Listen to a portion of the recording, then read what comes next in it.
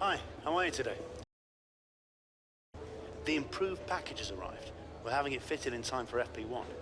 Have a look at the factory report. What? Good news? From Chris?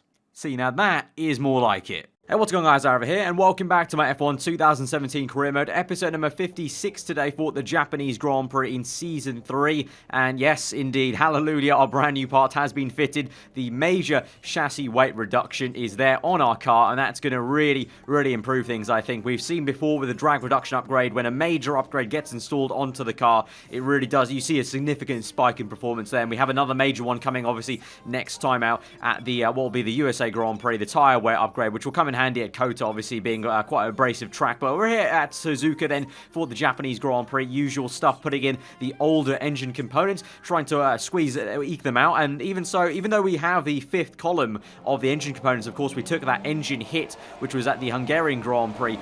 We're still using column 3. We're able to still squeeze out column 3. And if we're splitting up the season, you know, if we did 5x5 for the 20 races, we're actually a little bit ahead of schedule in terms of we're still squeezing out column 3 when I could be just working from column 4 by now. So looking good for the last few races to have some really fresh components. You can see in practice, doing the practice programs, and also getting a bit of practice in fighting Sebastian Vettel perhaps on track there. You can see I ended up on the same piece of tarmac on him for the entire lap there, and we actually had a chance to kind of go side by side and maybe suss out what kind of lines we could take to maybe try and battle him if indeed we are battling him in the race. We'll see how it goes. Qualifying, it starts off in the wet intermediate conditions, so you know, from last time at the Malaysian Grand Prix, our car went very well in the intermediates. The car performed a lot better than I thought it ever would do at Malaysia. So coming here to Japan, I was looking forward to how it would go in the wet, at least in Q1. And you can see Nico qualifying P5, actually out-qualified me by quite some way there, but we thankfully make it in. And then by Q2, it's actually all dry there. You can see the sun's just about peeking in on the left-hand side there through the clouds, overcast at the moment. Not the best turn 1 there on the soft tyres, but generally it was seeming like to be an okay enough lap time. Of course, we're on the softs compared to the super softs, so again, we're doing that strategy we've done so many times before, going on the middle tyre to try and pull off one less pit stop in the race.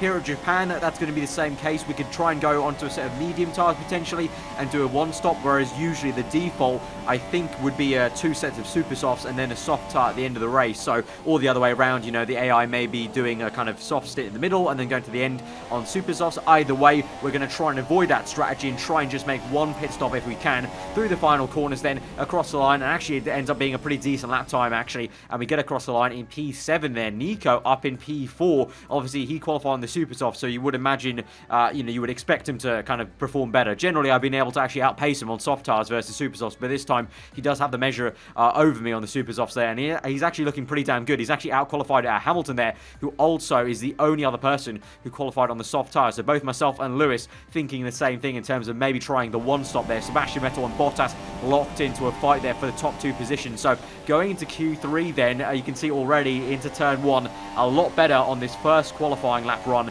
in the top 10 shootout. As you can see, the next few corners going through the S section, just not carrying as much speed, going a little bit wide on this left-hander, then into this next right. That compromises our line a little bit, getting a bit tighter. So not going to be an absolute stonking lap, and I definitely think we're going to have to go for a second flying lap, and generally this will basically be a banker lap to kind of give ourselves a bit of a delta judgment for the top right there as we go through the last few corners, then across the line. And at the moment that's up into P5, but I suggest that's not going to be the case for much longer as we do go into our second flying lap then in Q3. Of course, having qualified on the softs in Q2, it does allow us for a free set of super softs basically to still use again, so we can go for 2 runs and not compromise anything for our strategy for the race. And you can see already through turns 1, through the S section, so much more aggressive, you know, using one lower gear, just carrying a lot more speed and gaining so much time in sector 1 alone already. We're down in P9 at the moment in the top left there, so definitely this lap is going to be needed if we want to not be at the very bottom, and by the time we get to the end of the lap we are bottom. We're P10 on the top left, so this is to really climb us up and try and get us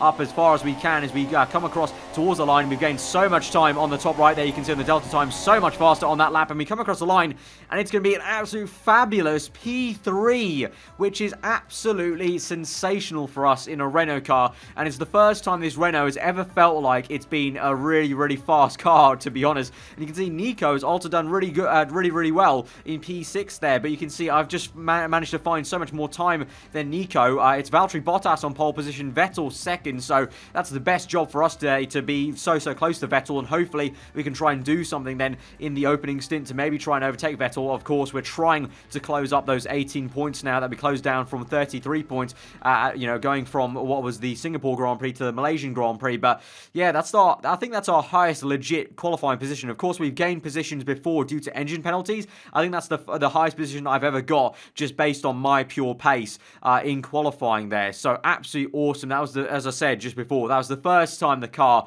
really felt like it was on edge, low fuel, just, you know, it was hooked up that lap, and that was really, really awesome. Really awesome.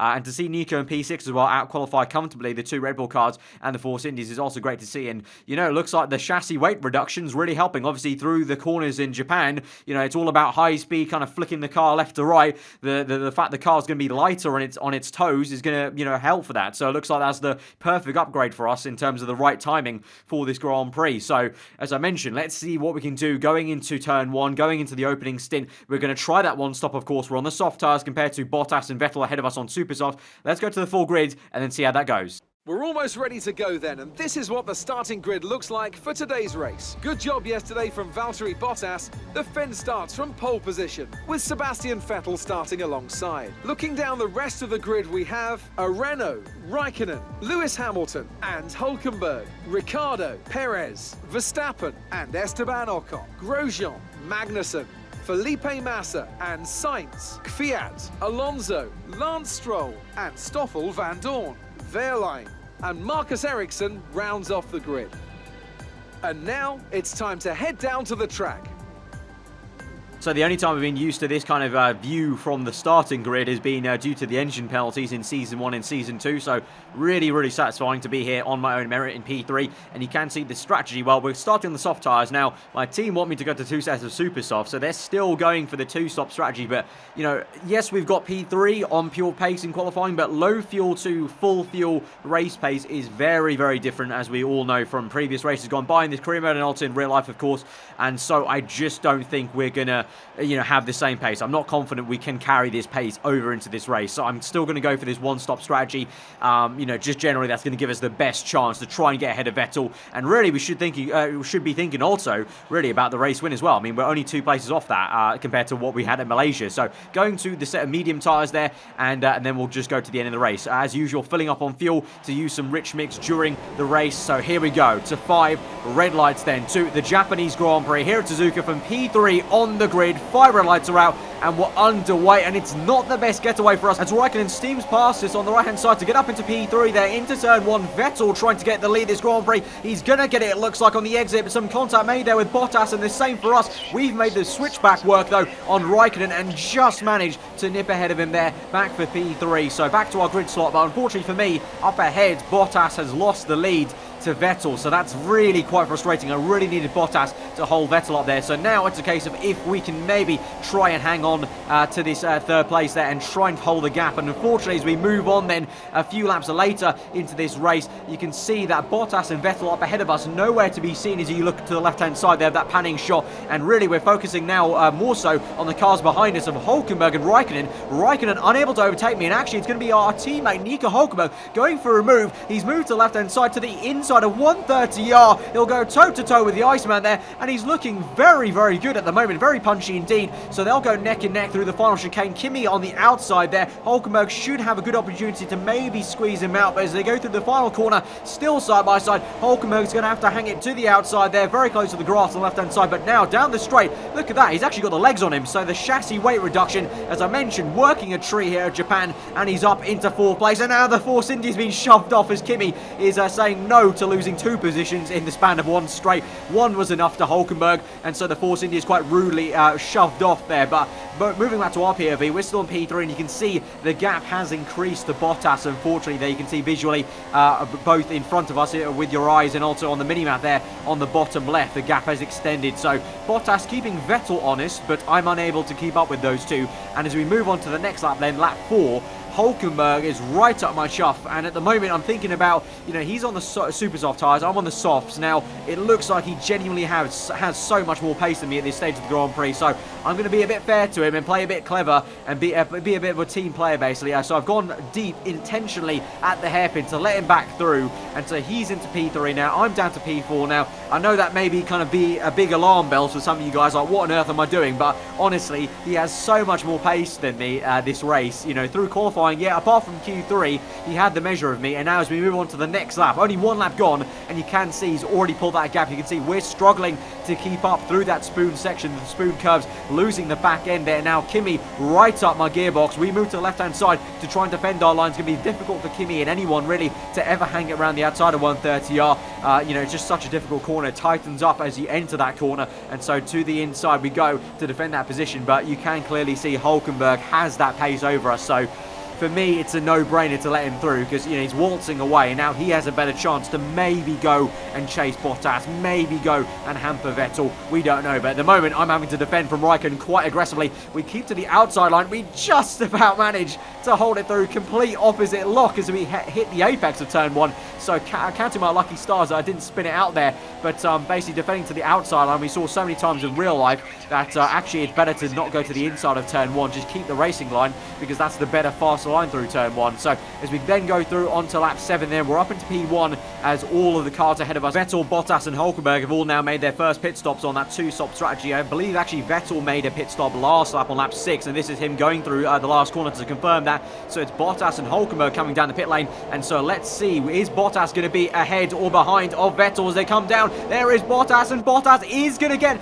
up into what would be basically a net first place. Valtteri Bottas has made the overcut work there. Vettel maybe got caught up in that traffic that you can see just behind him there, a gaggle of cars including the Williams and the McLaren car, so perhaps we didn't see some overtaking having to be done by Vettel to get through that traffic, and due to that, or just some pace that Bottas had left on those super soft tyres on that first stint, he's managed to jump those guys, and that's really great to see. Meanwhile, we've got a bit of a train then for some other cars that are going longer on medium tyres and soft tyres. The 2 Toro Rosso cars, the Haas, Verstappen still going long on super softs there, so trying a bit of alternative strategy. And meanwhile, this is us in P1 on the soft tyres, and basically all those cars are between myself and Bottas and Vettel. So they've got to firstly navigate all those cars and all the traffic ahead of them before they even think about getting to some clean air to chase me down. And you can see here it's Hamilton going to the inside of the Sauber in 130R, very close stuff, just trying to get in between the Sauber, and then Raikkonen is that Ferrari car up ahead, and then there's a whole heap of cars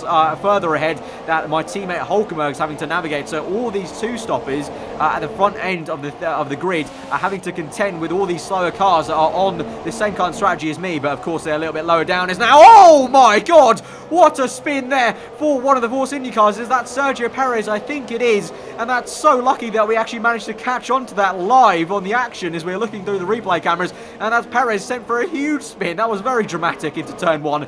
Didn't expect that actually. I thought that was just going to be an ordinary side-by-side moment, but no, he's been spun out, and so now we move back to looking through this battle. You can see Hamilton and Raikkonen are really getting held up in so much traffic between the McLaren cars, the Saubers, the Williams car, and meanwhile, just further up ahead, away from all that, Hulkenberg's only got one car for company there, which is the Williams of, I think that was Lance Stroll. So Hulkenberg has done well to get ahead of all that traffic. And meanwhile, speaking about more traffic, is we're back to looking at Bottas and Vettel now, and they're closing up to that Toro Rosso, the 2 Toro Rossos indeed of Carlos Sainz and Danica Fiat that I was mentioning before. That was those are the 2 cars and a Haas car that were previously between myself and these 2 cars basically. So Bottas goes through down the inside of 30 to overtake one of the Toro Rossos, and he's still got the other Toro Rosso and the other Haas to get to kind of get ahead before he even gets to that pocket of clean air to close up to me. So at the moment, the one stop, you know, it would work out, I think, anyway, but you know, we're really being helped out by this traffic here. Now, looking back to focus on Hamilton overtaking the McLaren car, he's got one Red Bull on his right-hand side, and he's got another coming out of the pit lane. There's been some contact there,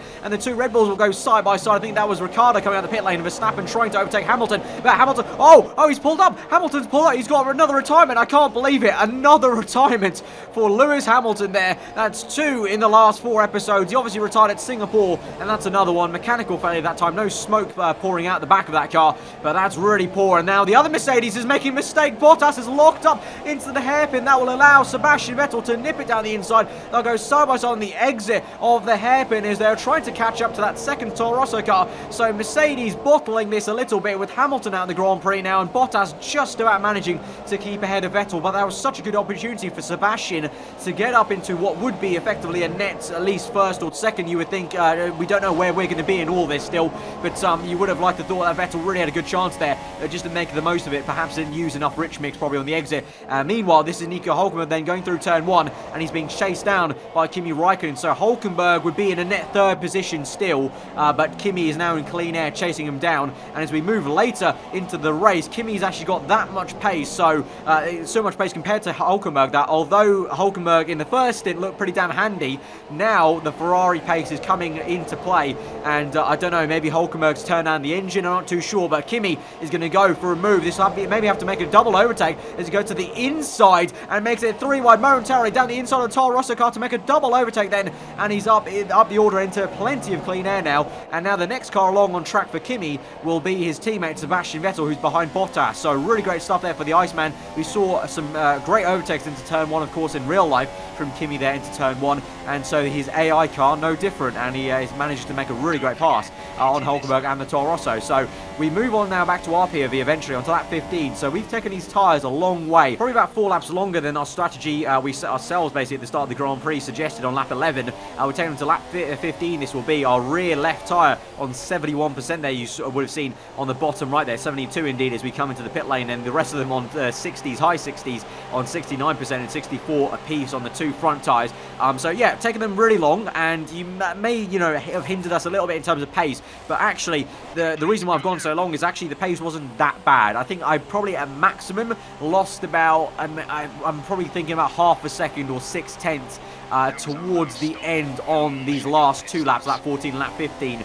In terms of relative to our best lap time so far in this Grand Prix. So it really wasn't too bad. It wasn't like the tyres were going off the cliff, actually. And really the thinking there is I just don't want to be on these mediums for too long. And basically the longer we went into the Grand Prix on soft tyres, the less I have to spend on these mediums. And I just don't think the mediums are going to be as quick. Obviously, you would imagine they're not going to be as quick as the soft and super soft tyres, but I just don't have fond memories of the medium tyres around here in Japan. So just being a little bit wary of that and wanting to go longer, basically, on the softs. So that's my thinking there. So eventually, though, Vettel and Bottas will come in, as we knew they would, for their second pit stop of the afternoon. They're both on soft tyres, and they'll come on for another set of soft tyres then. So they've gone super softs and then 2 sets of soft tyres. So they haven't even done the default, which was suggested 2 sets of super softs. And meanwhile, as they come down the pit lane, we cut live to us going down the last corner here. And you can see on the mini-map, there they go. And we should get ahead, just about ahead of both of them. There goes Bottas in first place there. And now he's down to second. And we're up into what will be a net first place. Obviously, Raikkonen still going longer in this Grand Prix. But that will be a net first position in the Grand Prix. The race lead there from Bottas to Sebastian Vettel. You can see Bottas, though, only 2 or 3 car lengths back. So we are going to have to do some defending this afternoon, just like we did at Malaysia potentially. Meanwhile, Raikkonen, who now has pit for his second set of soft tyres, has gone down the inside and overtaken the Haas car, and he's now got into clean air, and he can try and re-chase after Bottas and Vettel. So he's up into P4. I believe my teammate has had some issues with some tyre wear and is way down the order now. So at the moment, it's now looking like a fight between myself, Bottas, Vettel, and potentially Raikkonen at the end of this race, with only 9 laps to go in this Grand Prix on lap 18 to lap 27. You can see defending again to the inside there. Last time it was Raikkonen earlier on the Grand Prix. This time it's the Mercedes car, the other fin of Valtteri Bottas. So defending once again to the inside of 130 130R, and it's going to be another defensive move to stick into the racing line for turn 1. Basically, like I mentioned before, the outside line is the better line, so Bottas does get his nose in there, and I give him the room, to be fair to me, and we do have to kind of go a little bit opposite lock as the medium tyre is really on a knife edge through turn 1. The entire rest of this stint, they just didn't feel like they had the grip there to ultimately go flat out like we did in qualifying or even on the soft tyres previously. But just again on lap 21, again just keeping on the left, Bottas will go to the right, and it's a case of just taking the corner as we would. That's the better line on the outside. And around this track, it looks like our Renault is very well balanced with Valtteri Bottas' Mercedes. We're able to go a little bit faster in sector 1, and then Bottas brings it back in sector 3. He may get a better exit of the final corner, but then my chassis weight reduction and just the car in general has enough straight line speed then down the main straight to just about keep ahead of him with Rich Mix, of course. Without Rich Mix, maybe a different story, but exactly that's the entire point of why we've fueled up so much in every single race, pretty much, because when we use Rich Mix, the Renault engine in the back of this Renault car does work a treat. And now we move on to lap 23, and we're overtaking Fernando Alonso under blue flags, and thankfully, Alonso's doing exactly what I wanted to. As we overtook him around the outside, I was praying he would hold Bottas up, and he has done exactly what I wanted him to. Held up Bottas enough through those final few corners that he's kind of just let us have a bit of breathing room into turn 1. So once again, it's not a different thing that we've seen before. Alonso helps us. Obviously, the kind of last major time he did that was back all the way in season 1 at the Austrian Grand Prix to help us get that 3rd place in the Toro Rosso car. But you can see now, as we move on to the second last lap of the Grand Prix, a gap still remaining between myself and Bottas. So looking very good as we go through to the last 2 laps then to take home this race lead at the moment. And you can see through those stints, actually, if you look closely on the top right, I was still setting green lap time. So my pace was actually upping on that medium tyre, actually. As we went through, it was almost like mentally Bottas being there was kind of forcing me to go faster and faster and finding time around the lap on the mediums. And the pace really was awesome, actually, in the Renault, just like it was in Q3 in qualifying. But you can see there, Vettel locked up into the hairpin. And so Raikkonen, from so far back from previously in this Grand Prix, is now right up the gearbox to Sebastian. And so while we go down this main straight for the final time to defend from Bottas, again, just keeping it in the middle of the track. He doesn't have the slipstream there. We're going to keep it through in first place, but Raikkonen will go for the move down the inside of 130R. And this is crucial, actually, because remember, this will take points off Sebastian in 3rd place. That'll bring him down to 15 to 12 points as they go through the final few corners, still side by side. And Raikkonen at the last corner across the line, photo finish there, will just about get 3rd place at the Japanese Grand Prix. Will come home in 1st place, hand in the air, going to celebrate. But Raikkonen getting 3rd place there on the last lap of the Grand Prix at the last corner is a huge difference for us, because that means Vettel now gets 12 points, not 15. We've got 25, so that's going to be 13 points taken against Sebastian Vettel. So that's going to reduce the 18 points that he had against us down to a mere 5 points in this championship. That is absolutely fantastic. 2 wins on the trot. How do you like that? That is just... no words. 1st place, drinking in the champagne. This was such an enjoyable race weekend. Of course, qualifying was mega. That was like the biggest adrenaline rush I ever had playing this game in the Renault. To get 3rd place there, the lap was just superb, in my opinion, in terms of the feeling on that lap.